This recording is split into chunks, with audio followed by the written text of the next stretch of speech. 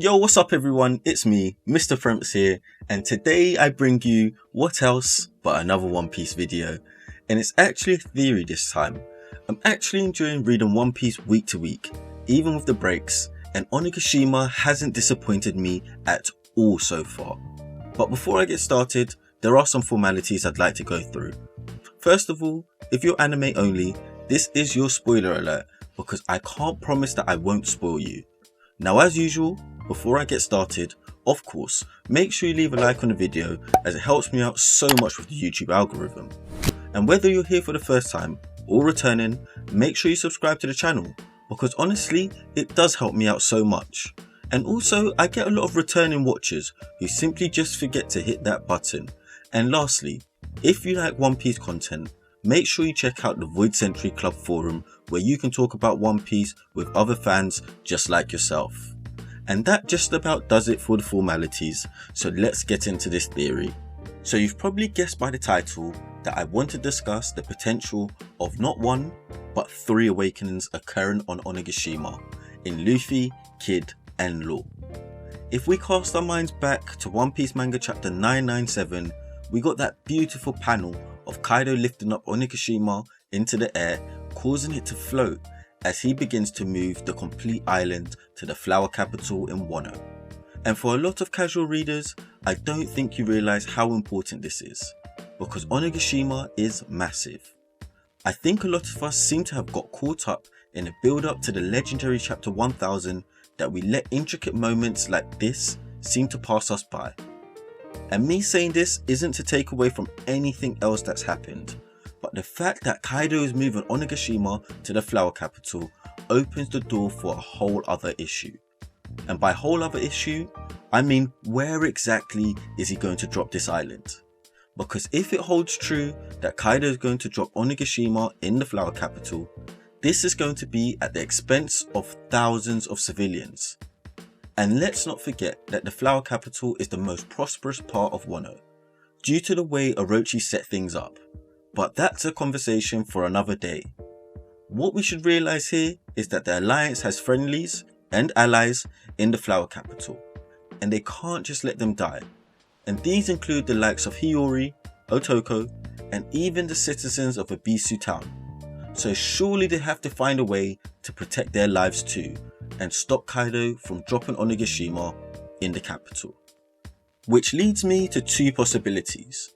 The first is that the Supernova defeat Kaido and Big Mom before they reach Wano.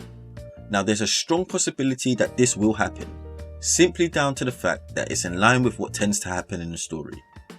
If we cast our minds back to Dressrosa, we found ourselves in a similar scenario. Dofi had activated a birdcage which acted as a countdown to put all the citizens of Dressrosa at risk.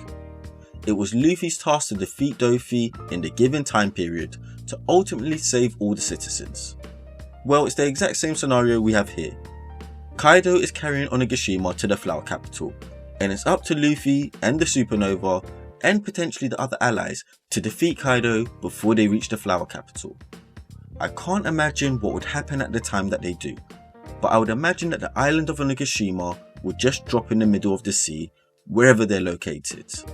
However, given the events of One Piece manga chapter 1003 and the tease of Kaido's hybrid form, there's a second possibility, and it's one that I find far more interesting, and it's the awakening of the 3 captains. So without going into too much detail, let's have a high level overview as to how Onigashima could be neutralized.